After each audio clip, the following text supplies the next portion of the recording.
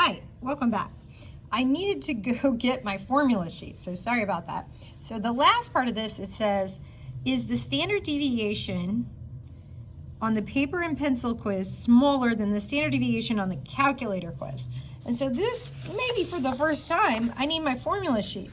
So I look here on the formula sheet and I notice if my standard deviation of y and my standard deviation of x, it's this value b1, or my slope. So this might be something I can calculate from my formula sheet. So b1 is my slope. Do you see that here in this formula? Y hat is equal to b naught plus b1 times x. So b1 here, well, that information we have. Our b1 is 0.865. Okay, so let's write that down. Our b1 is 0.865. Okay. And we also know it's equal to, b1 is equal to, right off our formula sheet, r and sy over sx. And r is something we know as well. We know it is 0.79.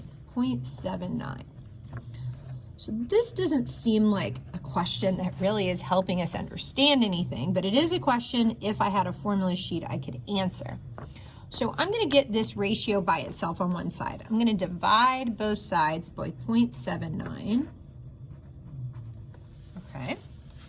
So using a calculator, if I take my slope, 0.865, and I divide by 0.79, I get 1.09 is equal to sy over sx.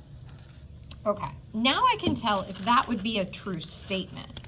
So the statement says, would the standard deviation of the paper pencil x, would this, the standard deviation of the paper pencil, would this be smaller than the standard deviation of the calculator, which is what we called y? Also, is this bigger? Well, using this formula, we can tell that if I divided two numbers and this one's bigger, I can tell that that would be a true statement. S sub y, the standard deviation of y, would have to be bigger than that number.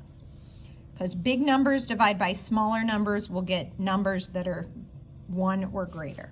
Okay, so I'm going to have to say yes to 3, and now I know that my answer has to be D. Both 1 and 3 are correct. Okay, that was a tricky one. All right, let's look at number 3.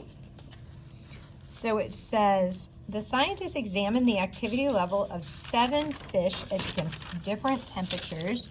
The fish activity was rated on a scale 0, not active, 100, max activity level. The temperature was measured in Celsius, a computer regression printout, and a residual plot were provided. Notice that the horizontal axis on the residual plot is labeled fitted value, which means the same thing as predicted value. Okay. So now we can, as on some of your days you found out, you can actually find this formula from a chart like this. Our constant is the constant, the intercept, and this is our slope, okay? So we can write this out using the table here that our y hat, so this is question T3.3, y hat has to be equal to our constant plus the slope times whatever it is we're making x. So here it looks like it's equal to 1.4862 minus, because the slope is negative, 3.2167, and x is temperature. So knowing the temperature that we put the fish in, would knowing that be able to help us predict its activity level? Okay, let's see. Well, it looks like we also can tell from here the r squared. R squared is 0.0 0.91. So that's some really strong correlation. So if I put temperature here in Celsius and activity level here,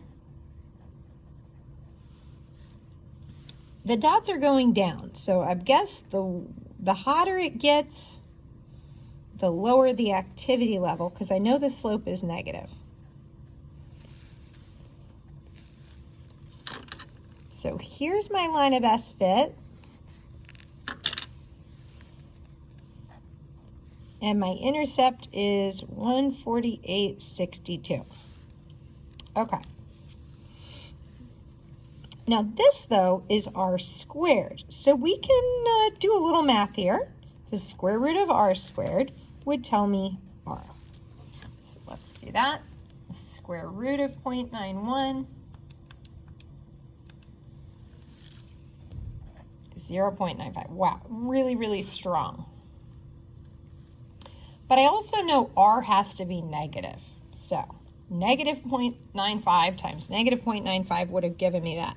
I know my r value, my correlation factor, is negative because my slope is negative.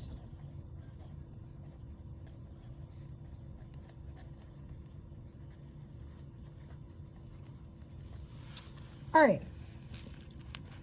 Next it says, what is the correlation? So I think we answered that. It's this E, negative 0.95. E, negative 0.95. So what about the follow-up question?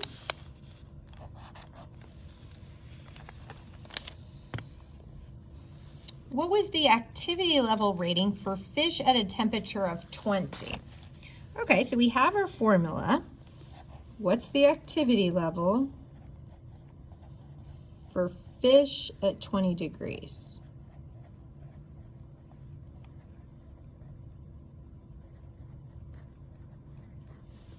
Okay, so we're just going to plug that into our formula.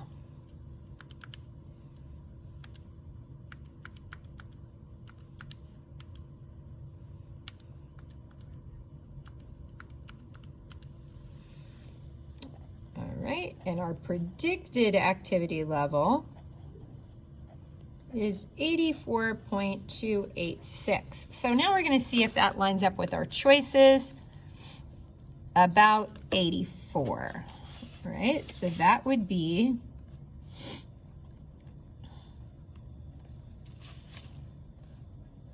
B. But now that I'm rereading it, it says actual. It doesn't say predicted. This little hat means predicted. This is what we would predict them to be. So using my residual chart, at 20, what was the actual fish? So there were 7 fish, 1, 2, 3, 4, 5, 6, 7. And so we can figure out who that was.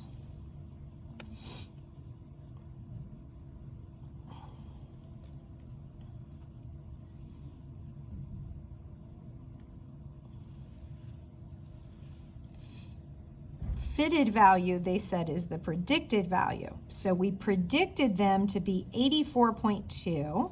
So that's going to be this fish, right? This is closer to, so this is the fish, and it's saying it has a residual of 2.5. Okay, 2.5. Well, the residual equals actual minus predicted. So the residual, they said, is 2.5. The actual is what we're trying to solve for. And the predicted value we already found. Okay, so doing a little math here.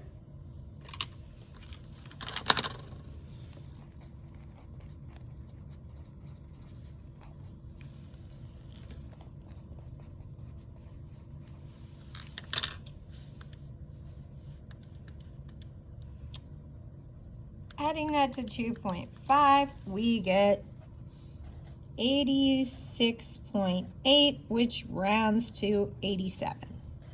Okay, so our actual value, and hopefully that makes sense. If they actually were 87, we predicted them to be there, their residual would be 2.5. Make sense? So our answer here is A, 87. Thanks for joining us.